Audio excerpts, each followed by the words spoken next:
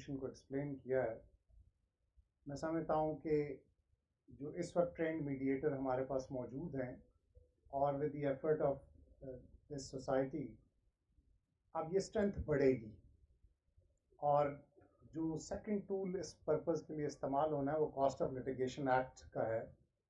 और जितने भी मोअज़्ज़ज़ जज साहिबान यहाँ पे बैठे हैं वो तमाम लिटिगेशन के अंदर अगर कॉस्ट ऑफ लिटिगेशन को इन्फोर्स करेंगे तो डेफिनेटली मीडिएशन का जो वेन्यू है वो ज़्यादा इस्तेमाल होगा। And that is the only way कि हम एक सक्सेस स्टोरी को अचीव कर सकेंगे। इस वक्त इस्लामाबाद हाई कोर्ट में अराउंड 18,600 केसेस पेंडिंग हैं and in both the division of district judiciary east and west division, the last figure I have noted, there are 52,000 cases in criminal and civil jurisdiction. उनको achieve करने के लिए definitely cost की enforcement बड़ी important role अदा करेगी। तो मैं जैसे मेरे फाजिल दोस्त ने ये कहा भी है कि तमाम जजेस से ये एक्सपेक्ट करूँगा कि एटलीस्ट वो कॉस्ट की इन्फोर्समेंट को इंश्योर करें ताकि एक मैसेज कन्वे हो उन लोगों के जानिब जो एक फ्रिवलस लिटिगेशन को यहाँ पे इस निज़ाम में बर्डन कर रहे हैं हमारे पूरे सिस्टम को।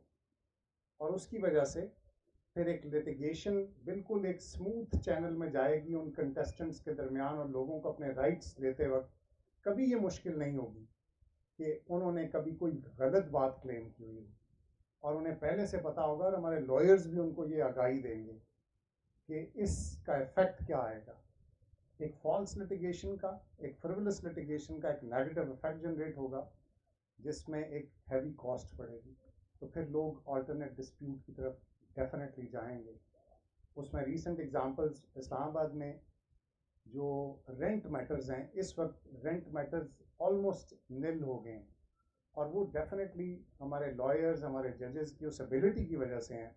और उन्होंने बहुत सारे मैटर्स को चैम्बर ऑफ कॉमर्स की वो जो अमेंडमेंट थी जिसमें आर्बिट्रेशन का एक कॉन्सेप्ट जनरेट किया था उसमें गए और उसके बाद ये केसेस रिड्यूस हुए। With these words, thank you very much and thanks to this honourable society legal aid जिन्होंने इस माइलस्टोन को अचीव करने के लिए इस्लामाबाद हाई कोर्ट को सिलेक्ट किया और इस्लामाबाद हाई कोर्ट ने इस नए स्टेप की तरफ एक नया रास्ता मुतय्यन करने में सारे लोगों की रहनुमाई के लिए एक लीडिंग रोल अदा किया। Thank you very much.